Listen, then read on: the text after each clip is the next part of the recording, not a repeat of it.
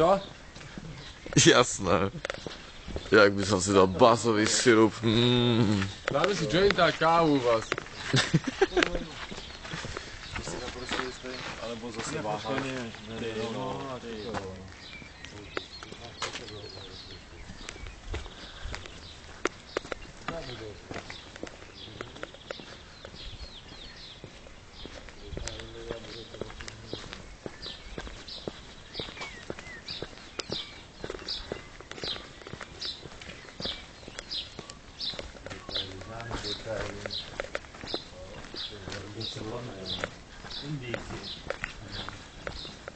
Jaké indicie?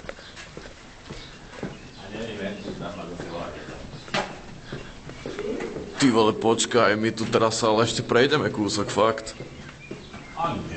Ale hej. Však toto nie je kúsok od Valby Parkenu. Kúsok od nás. No, Kaufland. Tady vůbec není. A pak se taky perduje, která tady už vůbec není. Ale od Teska je to kůzok. Od Teska.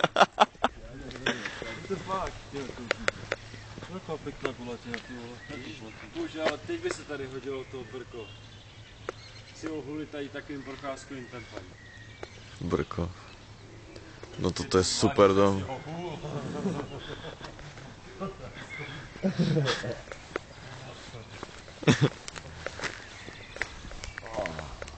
Si tady natáčí, ty debila. A ty se tam hoď taky na tu kameru, a to vyprasknul displej. No však práve preto to nerobím. No. Takže ukážu vám jedno zajímavé video. Týká se to ve 4:45.